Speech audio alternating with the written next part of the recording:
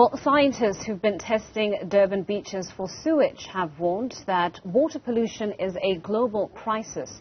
The company, Talbot, found evidence of E-coli in Durban's rivers and beaches in January, long before the April floods, which exacerbated sewage leaks. Newzroom Afrika's Karinda Jagmohan visited the Talbot lab in Pietermaritzburg to learn more. Let's take a look. You're looking at E-coli. We'll see them glow or fluoresce under the UV. So those will know for sure that those are E. coli.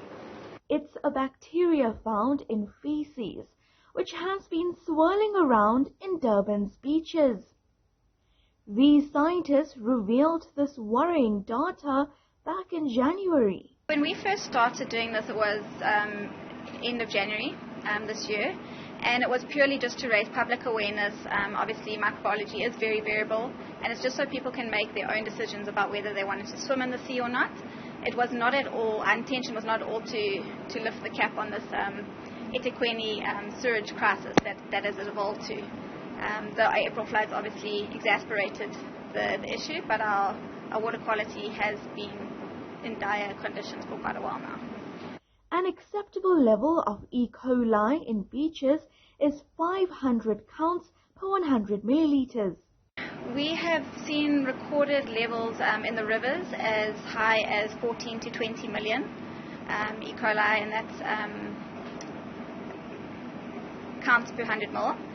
So we've seen those levels in the rivers, and then in the beaches, obviously all the river water ends up in the beaches. That's why Durban beaches were closed for several months, up until Thursday, when city officials plunged into the water to guarantee safety.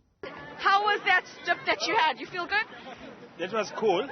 Water is fresh, and we welcome people to come and join us. You're confident that you're not going to get sick in the coming weeks?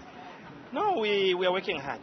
They've been repairing damaged pump stations, but the E. coli levels are still fluctuating. If I just look at the facts as in our testing, they're too variable, and we do have high results one week and then possibly a good result the next week, but then it'll continue the trend of high E. coli results, and it's not consistently ideal conditions. If I had to talk in an ideal world and all our pump stations and associated pipelines were to be repaired, then we can actually get good quality water fairly quickly. And when I say fairly quickly, I mean within a day.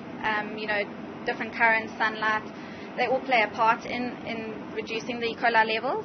But once we have treated sewage going into our rivers, then we'll see that pure water quality or better water quality coming through the system.